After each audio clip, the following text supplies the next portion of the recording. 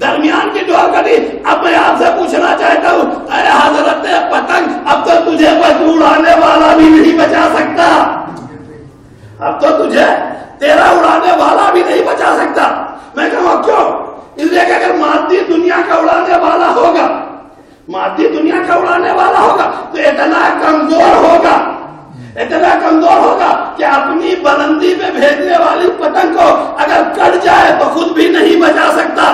اب یہ کسی دشمن کے گھر میں بھی گر سکتی ہے، کسی پڑوسی کے گھر میں بھی گر سکتی ہے، کسی خاردار طرف میں گر کے پھٹ بھی سکتی ہے. اس کی کمزوری کیا ہے؟ اس کی کل کمزوری یہ ہے کہ اس نے اپنے مرکز سے اپنے رابطے کو ختم کر دیا ہے. اس نے مرکز سے اپنے رابطے کو ختم کر دیا ہے. تو معلوم ہوا کہ جب بھی کسی پتنگ کو بلندی کی طرف جانا ہے تو کسی اڑانے والے سے رابطہ رکھنا پڑے گا، کسی اڑانے والے سے رابطہ رکھنا پڑے گا. ایک جملہ کہہ کے بات کو آگے بڑھاؤ. میں کہوں گا اے پتنگ، تو اڑانے والے سے رابطہ رکھ، اڑانے والے سے رابطہ رکھ، اور جتنی بلندی پہ جانا چاہتی ہے چلی جا، جتنی بلندی پہ جانا چاہتی ہے چلے جا. تو اڑانے والا بھی بولے گا، اڑنے والی بھی بولے گی کہ ہمیں بلندی پہ جانے کے لیے، یہ کہے گا ہمیں اڑانے کے لیے ایک ڈور کی ضرورت ہے، ہمیں اڑانے کے لیے ایک ڈور کی ضرورت ہے. لیکن جیسے ہی درمیان سے ڈور کھسکی، نہ اڑنے والے کی حیثیت رہ جائے گی، نہ اڑانے والے کی کوئی قدر رہ جائے گی. جب ہم نے مادی دنیا میں دیکھا تو ہم نے یہ کمزوری پائی. اب اسی کو مانوی دنیا میں لے آئیے. پروردگار عالم نے کہا اے میرے بندے، میں تیرا پیدا کرنے والا ہوں اور تو پیدا ہونے والا ہے. اگر میرا چاہتا ہے تو ہم سے جڑے رہنا، اگر میرا چاہتا ہے تو ہم سے جڑے رہنا. جب تک ہم سے رابطہ رہے گا تم بلند ہوتے رہو گے. میں کہوں گا پارے رہا، تو وہ اڑانے والا ہے کہ تجھ تک ہم پہنچ نہیں سکتے، اور ہم وہ بلندی چاہنے والے ہیں کہ جو وہاں تک آ نہیں سکتے. تو قدرت جواب دے گی محمد والے محمد کو اسی لیے تو رسی بنا کے بھیجا ہے تاکہ ان سے جڑ جاؤ، بلندی خود بخود مل جائے گی. ایک سلوات پر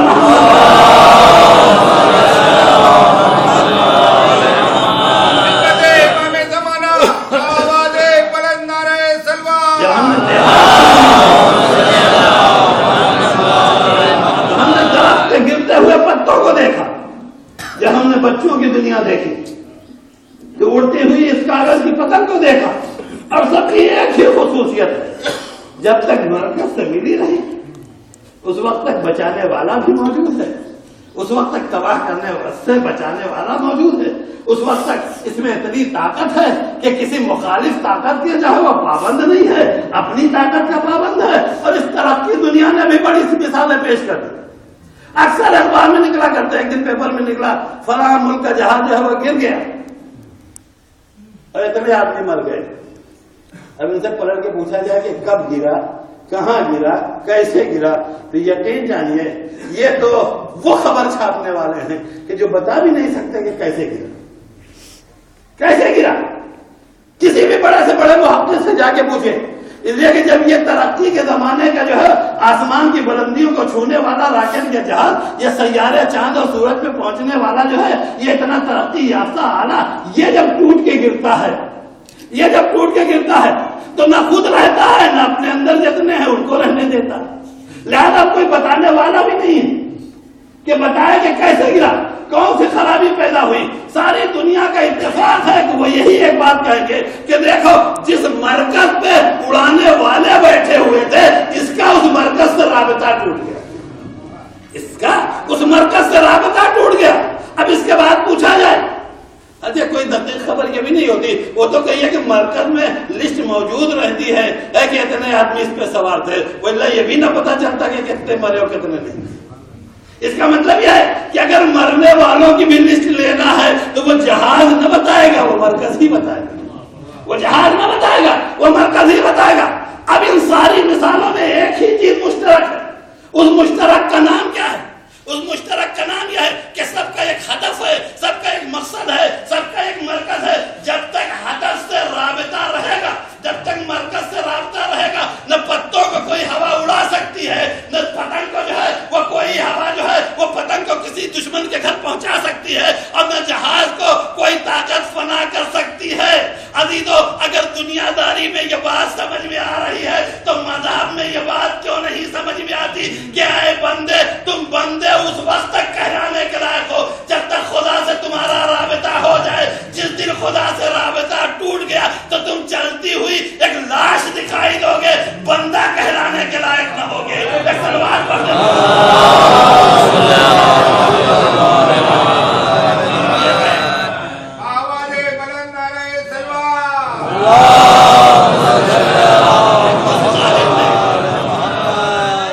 ایسا نہیں ہے کہ اس درخت کو ہم نے اور آپ نے بنایا,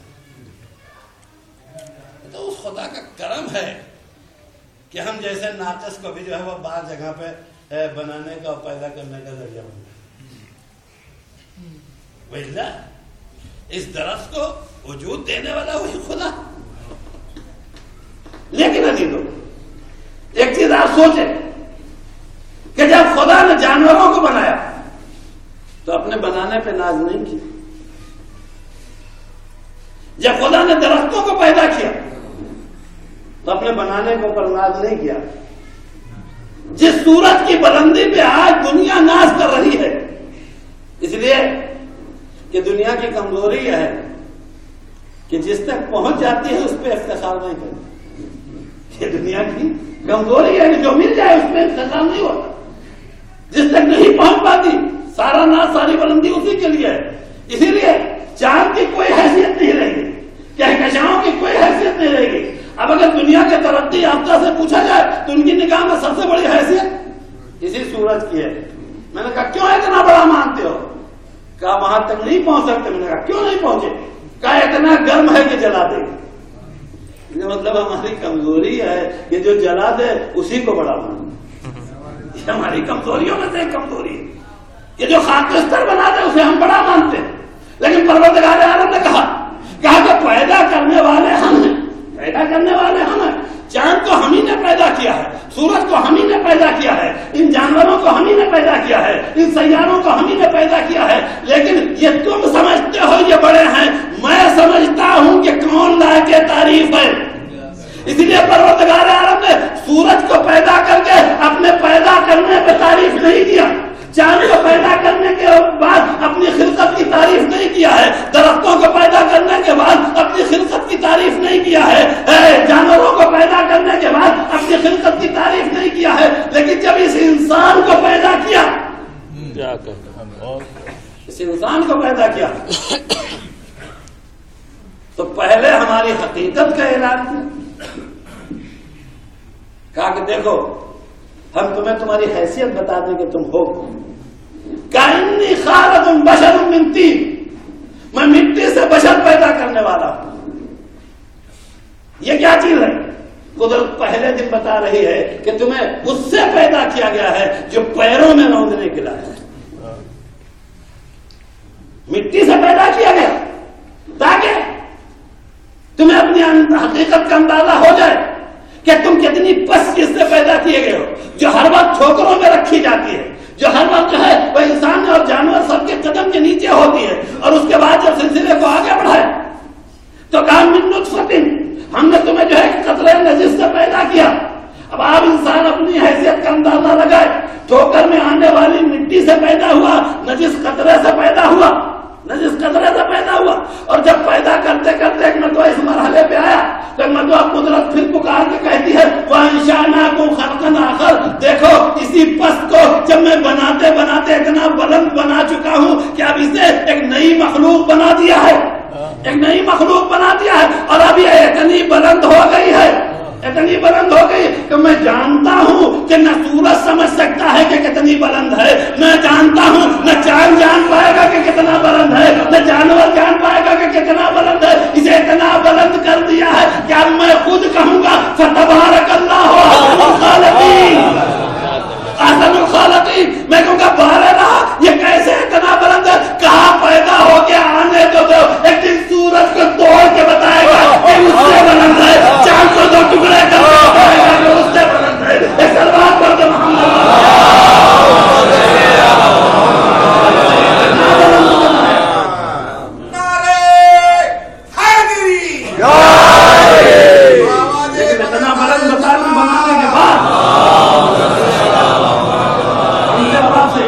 مطالبہ کیا ہے، کہا بلندی پہ جہاں تک جانا چاہتے ہو جاؤ میرے بندے، لیکن ایک چیز کا یاد رکھنا کہ تم اس بلندی تک آئے ہو، کسی نے تمہیں یہاں تک پہنچایا ہے، اس بلندی تک تم آئے تو ہو، اور یہاں تک کسی نے تمہیں پہنچایا ہے، اور جس دن تک یہ سبق تمہیں یاد رہے گا، جس دن یہ سبق تمہیں یاد رہے گا، تمہاری بلندی کا نام معراج رکھا جائے گا، جس دن تک یہ سبق یاد رہے گا تمہاری بلندی کا نام معراج رکھا جائے گا، جس دن یہ سبق بھول جاؤ گے، جس دن یہ سبق بھول جاؤ گے، کسی بھی چاند و کہکشاں پہ پہنچ جاؤ تو بلندی پہ جانا تو ہوگا، معراج نہیں کہلائے گا۔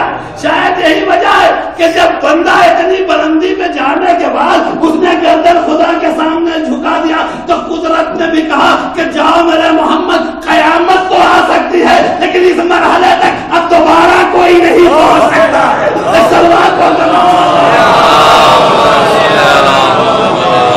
اتنی بلندی تک آنے کے بعد تو نے یہ اعلان کر دیا کہ خدایا یہ بلندی تیری دی۔ عزیزو، کتنا حسین جملہ ہمارے مولانا نے کہا ہے، کہ الہی کفا باللہ عزت، خدایا ہماری عزت کے لیے یہی کافی ہے کہ ان اکون لکا عبدا، میں تیرا بندہ ہوں۔ عزت کے لیے یہ کافی ہے کہ میں تیرا بندہ ہوں، اور افتخار کے لیے یہ کافی ہے کہ تو میرا خدا ہے۔ افتخار کے لیے یہ کافی ہے کہ تو میرا خدا ہے۔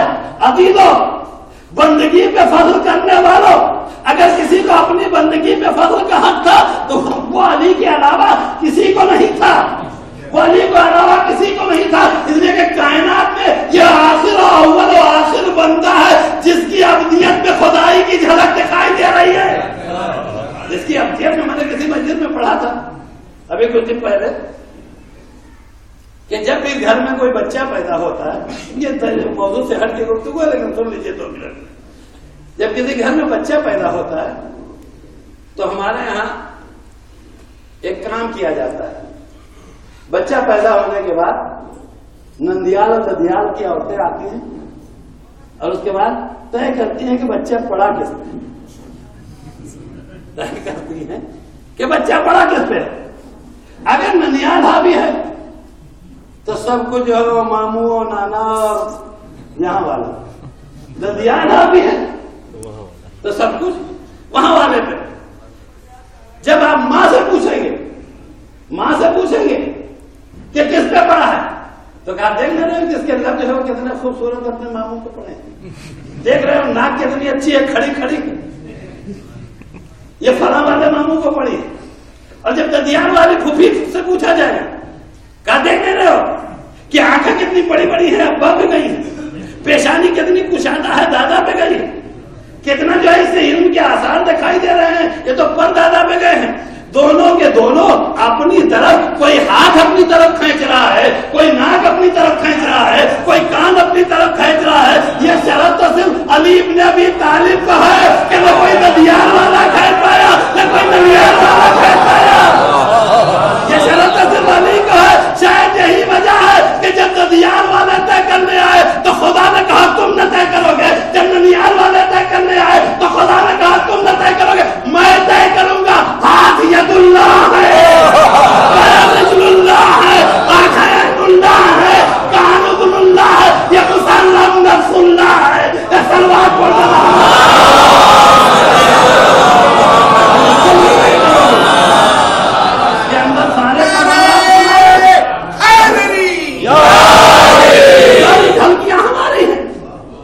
یہ تو جسم طے ہو گیا، لیکن کمال بھی طے ہوتا ہے، کمال طے ہوتا ہے۔ بڑا ہوا، بڑے اچھے شعر کہنے لگا، کہنے دیکھیے دادا شاید سے دادا پہ گیا۔ جب قیس زنگی پوری صاحب کا پوتا جو ہے وہ شاعری کرنے لگا تو لوگوں نے کہا قیس صاحب کا پوتا ہے، شعر یہ کہہ رہا ہے نام قیس صاحب، شعر یہ کہہ رہا ہے نام قیس صاحب کا ہو رہا ہے۔ ایک ہم نے بڑا اچھا مضمون لکھا، میں نے کہا کہ بڑا اچھا مضمون، بیٹا کس کے بیٹے ہو؟ کہا فلاں اس کا مطلب مضمون یہ لکھ رہا ہے، نام جو ہے پروفیسر صاحب کا، تقریر کیا کر رہا ہے، نام جو ہے وہ دادا یا نانا کا ہو رہا ہے۔ میں نے دنیا سے پوچھا کہ یہ کیا ہے، کہا کہ دیکھو جہاں جسم جو ہے وہ خاندانوں پہ بڑھتا ہے، وہی رنگ بھی خاندانوں کا چڑھتا ہے، وہی رنگ بھی خاندانوں کا چڑھتا ہے۔ اگر شاعر ہو جائے تو کسی کی شاعری چڑھ گئی ہے، اگر مقرر ہو جائے تو کسی کی تقریر چڑھ گئی ہے۔ میں کہوں گا علی تم پہ کس کا رنگ چڑھا، علی تم پہ کس کا رنگ چڑھا؟ تو اب قدرت جواب دے گی، دیکھو جس کے گھر میں پیدا ہوا ہے یا اس کا رنگ ہوگا، یا جس کے ہاتھوں میں آیا ہے یا اس محمد کا رنگ ہوگا، جس کے ہاتھوں میں آیا اس محمد کا رنگ ہوگا۔ شاید یہی وجہ ہے کہ جب علی نصیریوں کے سامنے آئے تو خدا دکھائی دینے لگے، اور جب شب ہجرت بستر کے نیچے مشرکین کے سامنے آئے تو علی نبی دکھائی دے رہے۔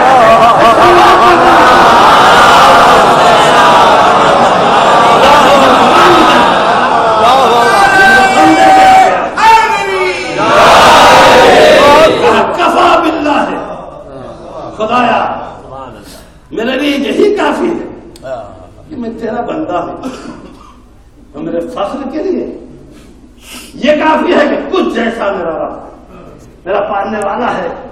اب میں گفتگو کو انشاءاللہ اس سے جوڑ کے کل کچھ باتیں آپ کے سامنے عرض کروں گا، جیسے کہ میرے حساب سے جو ہے اب تقریباً جو ہے 50 منٹ ہو چکے ہوں گے، ہاں یقیناً ہو گیا، ایک سلوات پڑھ دو۔ اب سمجھ میں آیا کہ بندہ بندہ کہلانے کے لائق تب ہے کہ جب اس کا رابطہ خدا سے۔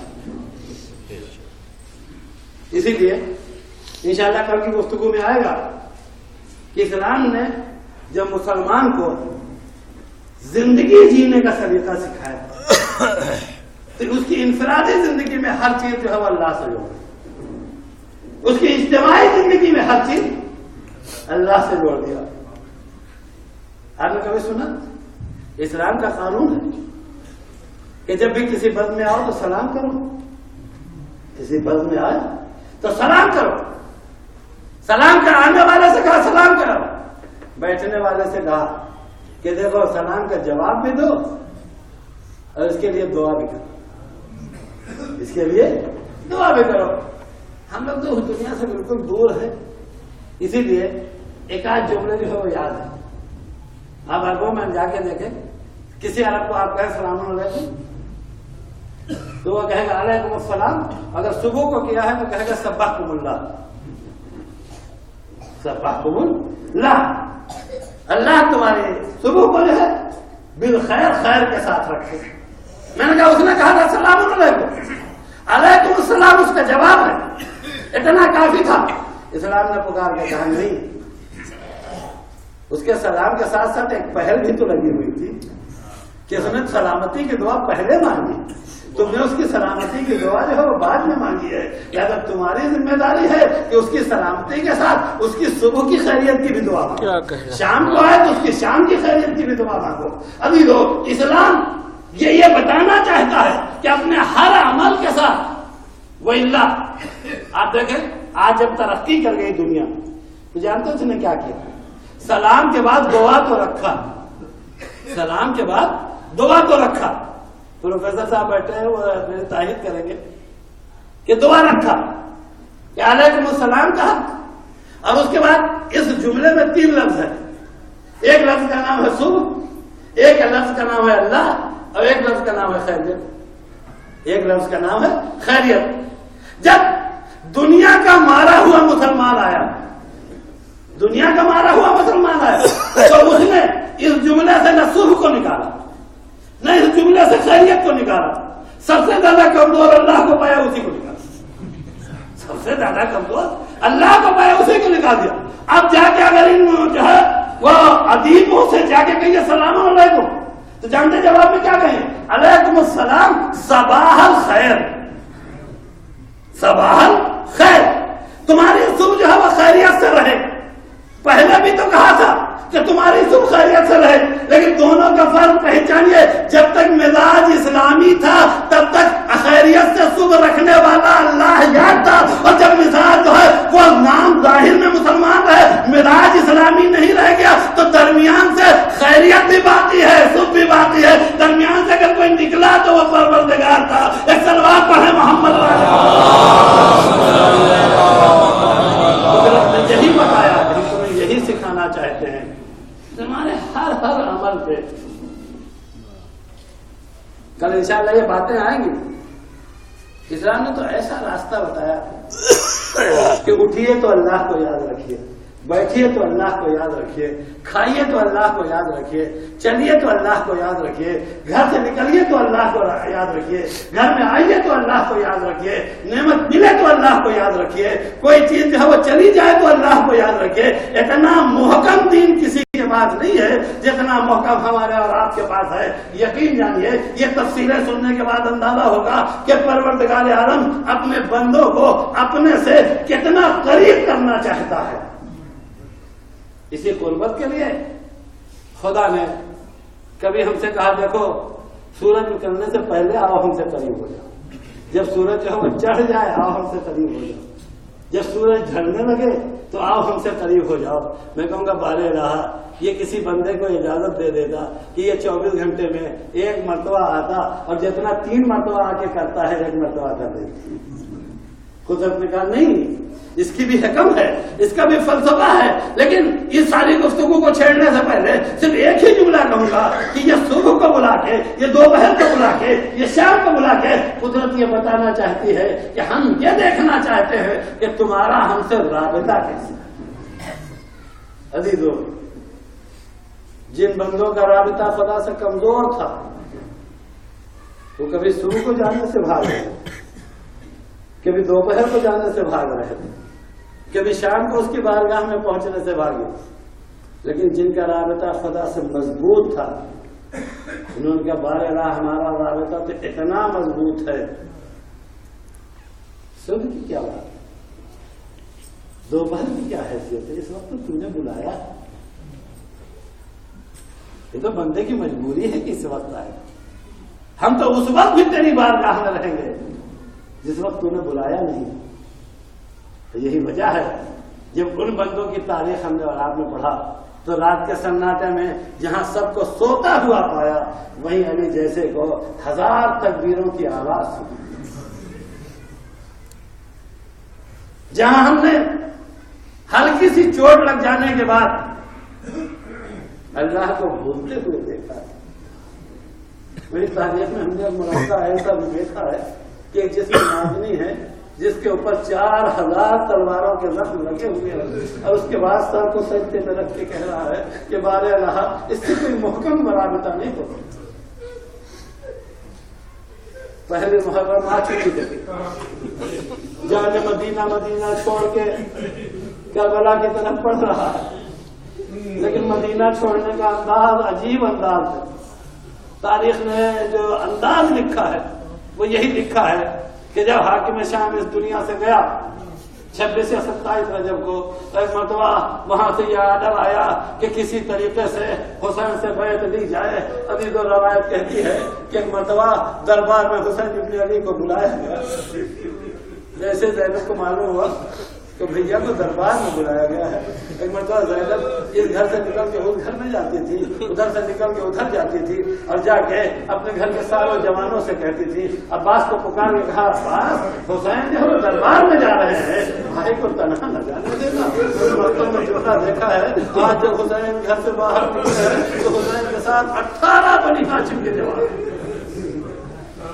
آگے آگے لہرا کا لال جا رہا ہے، پیچھے پیچھے جو ہم لوگ محافظ حسین چل رہے ہیں۔ جب دربار کے پاس پہنچے تو مرتبہ حسین ابن علی نے کہا عباس اکبر یہیں ٹھہر جاؤ، میں دربار کے اندر جا رہا ہوں، لیکن آج اجازت ہے جب میری آواز بلند ہو تو تم دربار میں داخل ہو سکتے ہو۔ حسین دربار میں داخل ہوئے، ولید تخت نشین تھا، بعد میں بغل میں جو ہے وہ مروان بیٹھا ہوا تھا۔ ایک مرتبہ انتقال کی خبر سنائی، حسین نے جو ہے اپنے رابطے کا اعلان کیا، کہا انا للہ و انا الیہ راجعون، دیکھو سب کا اسی سے رابطہ ہے، وہیں سے آئے ہیں، سب کو وہیں پلٹ کے جانا ہے۔ اس کے بعد کہا کہ یزید چاہتا ہے کہ آپ اس کی بیعت کر لیں۔ زہرا کے لال نے کہا یہ بڑا اہم معاملہ ہے، یہ رات کی تاریکی میں نہ طے ہوگا، جب تم کو دربار لگے گا میں دربار میں آ کے اپنے موقف کا اعلان کروں گا۔ دربار اٹھنا چاہتا تھا کہ ایک مرتبہ زمین ابن زمین جب وہ پکار کے کہتا ہے کہ اگر حسین اس وقت نکل گئے تو پھر تیرے ہاتھوں پہ نہ آئیں گے. اتنا سننا تھا کہ زہرا کا لال چیخ کے کہتا ہے ابن الزرقا اتحدثنی بالموت، اے زنجبیل کو کی اولاد تو مجھے موت سے ڈراتا ہے. ابھی یہ فکرہ پورا نہ ہونے پایا تھا کہ دارالمانا کا دروازہ کھلا. عباس رضی اکبر مہارت میں داخل ہوئے. کہا مولا کس نے جیل دلایا؟ حسین نے کہا بھیا تلوار کو نیام میں رکھو، گھر واپس چلو. ادھر زہرا کا لال گھر آیا. کیا دیکھا کہ بہن کبھی جو ہے وسائل خانہ میں ٹہلتی ہے، کبھی حجرے میں جاتی ہے. جیسے ہی حسین کو دیکھا ایک بتا دوڑ کے آگے بڑھی اور بڑھ کے کہتی ہے بھیا کس لیے بلایا تھا؟ کہا بہن یزید مجھ سے بیعت چاہتا ہے. کہا بھیا تم نے کیا کہا؟ کہا میں نے اس سے کہا کہ میں مشورہ لے کے جو جواب دوں گا. یہ کہنے کے بعد عجب فقرہ کہا. کہا بہن تم بتاؤ تمہارا کیا ارادہ ہے؟ میں اکثر یہ فقرہ دہرایا کرتا ہوں کہ اگر زینب نے کہہ دیا ہوتا کہ بھیا بیعت نہ کرو تو شاید ان فکروں میں اتنی معلومیت نہ ہوتی جتنی معلومیت زینب کے جملوں میں ہے. جیسے کہا کہ زینب تمہارا کیا ارادہ ہے؟ ایک مرتبہ علی کی لاڈلی پہ بھر کے کہتے بھیا جس ماں کا دودھ تم نے پیا ہے اسی ماں کا دودھ میں نے پیا ہے. جو خون تمہاری رگوں میں دوڑ رہا ہے وہی خون ہماری رگوں میں دوڑ رہا ہے. یعنی زینب یہ کیسے رہی تھی کہ زہرا علی کی اولاد یزید جیسے کی بیعت نہیں کر سکتی. اعلان ہو گیا کہ ہم بیعت نہ کریں. اب حسین ایک مرتبہ نانا کی قبر پہ آئے. تعبیر قبر سے نپٹ کے فریاد کرنا شروع کیا. کہا نانا نانا دنیا والے مجھے رہنے نہیں دے رہے ہیں، مدینہ چھوڑنے پہ جو ہے وہ مجبور کیا جا رہا ہے، شقی ترین کی بیعت کا مطالبہ کیا جا رہا ہے. اے نانا اب تمہارا حسین اس دنیا میں نہیں رہنا چاہتا، مجھے اپنے سائیں قبر میں بلا لیجیے. ابھی نوازہ فریاد کر رہا تھا کہ ایک مرتبہ قبر نبی ہلنے لگی. آواز آئی درنال حسین تمہیں بہت بڑا مارکا سر کرنا ہے، قیامت تک میرے دین کو بچانا ہے. حسین اٹھو تمہیں کربلا جانا ہے، نانا کے دین کی حفاظت کرنا. وہاں سے اٹھے بھیا کی قبر پہ آئے، وہاں سے رخصت ہوئے. رخصت ہونے کے بعد ماں کی قبر پہ آئے. تعبیر قبر سے نپٹ کے فریاد کرنے لگے. کہا مادر گرامی تمہارا لال مدینہ چھوڑ رہا ہے، اب آج کے بعد تمہاری قبر کی زیارت کرنے حسین نہ آ سکے گا. ابھی بیٹا فریاد کر رہا تھا کہ مثلاً ماں کی آواز آئی میرا لال حسین گھبرا ہو گئی. آگے آگے تم چلو، پیچھے پیچھے قبر چھوڑ کے تمہاری ماں تمہارے ساتھ آ رہی. سب سے رخصت ہو گئے. ایک مرتبہ فاطمہ کا ذکر پر گھر میں آیا. آنے کے بعد سیدھے جہاں نانی ام سلمہ کے پاس گئے. کیا نانی ہمارے سفر کا ارادہ؟ کیا بیٹا کہاں جانا چاہتے ہو؟ کہا نانی ہم عراق جانا چاہتے ہیں. جیسے یہ سنا ام سلمہ کا کلیجہ ہلنے لگا. بیٹا عراق نہ جانا ہے، لیکن میں نے تمہارے نانا سے عراق کے بارے میں بڑی خبریں سنی ہیں، وہاں نہ جانا. ابھی وہ عراق جانے سے روک رہی تھی کہ مرزا حسین نے صاحب لفظوں میں کہا نانی گھبراؤ نہیں، میں عراق میں کربلا جا رہا ہوں. اتنا سننا تھا کہ ام سلمہ نے بڑھ کے کلیجہ سے لگا دیا. کہا کہ بیٹا حسین میں نے تمہارے نانا سے سنا ہے کہ تمہیں وہاں 3 دن کا بھوکا پیاسا دکھا دیا جائے گا، بیٹا کربلا نہ جانا. حسین نے کہا نانی اماں قدرت بھی یہی منظور ہے کہ تمہارا لباسا کربلا تک جائے، 3 دن کا بھوکا اور پیاسا اسے گردن سے ذبح کر دیا جائے. اس لیے کہ دین کی بقا میری گردن کٹانے پہ ہے، دین کی بقا میرے عباس کے بازو کٹنے پہ ہے، دین کی بقا میرے عمر کے سینے چھنجانے پہ ہے، میرے عمر کے گلے نادری تیرش شعبہ کا نشانہ بننے پہ ہے. جب یہ فریاد سنی ایک مرتبہ کہتی ہے حسین جب تم چلے جاؤ گے تو مجھے کیسے معلوم ہوگا کہ تم خیریت سے ہو یا نہیں؟ حسین نے زمین پہ اشارہ کیا. برس ہوئی، زمین کربلا بلند ہوئی، ایک مشت خاک اٹھایا اور اٹھا کے کہا نانی اس خاک کو اپنے پاس رکھیے، جب تک خاک خاک رہے سمجھیے تمہارا حسین خیریت سے، جب خاک خون میں بدل جائے سمجھ لیجیے گا کہ حسین مارا گیا۔ سلمان نے وہ خاک دیا اور لے جا کے وہاں رکھا کہ جس خاک کو نبی نے دیا تھا، دونوں کو آمنے سامنے رکھا۔ دھیرے دھیرے دن گزرتا گیا، رجب کے بعد جب دوسرا مہینہ آیا اس کے بعد آگے کے دن گزرے، دن گزرنے لگا، 2 محرم آئی، صحرا کا لال میدان کربلا میں پہنچا اور عاشور کی دوپہر آئی، عاشور کی دوپہر آئی، ادھر حسین کے سروتن میں جدائی ہوئی، ادھر جناب ام سلمہ اپنے گھر میں جو ہے وہ لیٹی تھی کہ انہیں جو ہے وہ برود کی تاری ہو گئی تھی۔ اب جو دیکھا خواب میں کہ رسول سامنے کھڑے ہوئے ہیں، بال بکھرائے ہوئے ہیں، آستینیں چڑھی ہے، گلے باندھ چاک ہے، نظرہ گھبرا کے پوچھا محمد یہ کیا ہو گیا؟ ام سلمہ جان گیا، مارا گیا۔ ام سلمہ دوڑی ہوئی آئی، کیا دیکھا کہ تازہ خون فریاد شروع ہوئی، واہ حسینہ واہ عباسہ واہ علی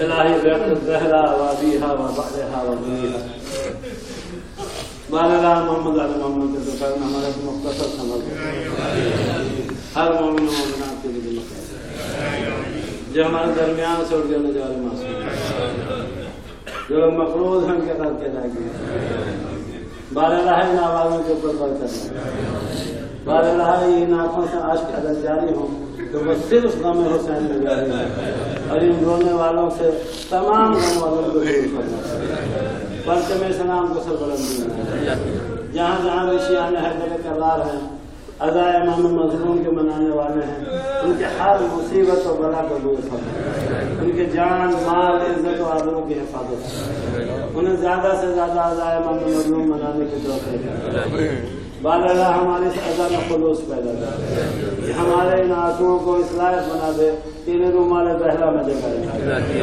امام زمانہ کے ظہور میں تاجر، ہم سب پہ امام کے آمد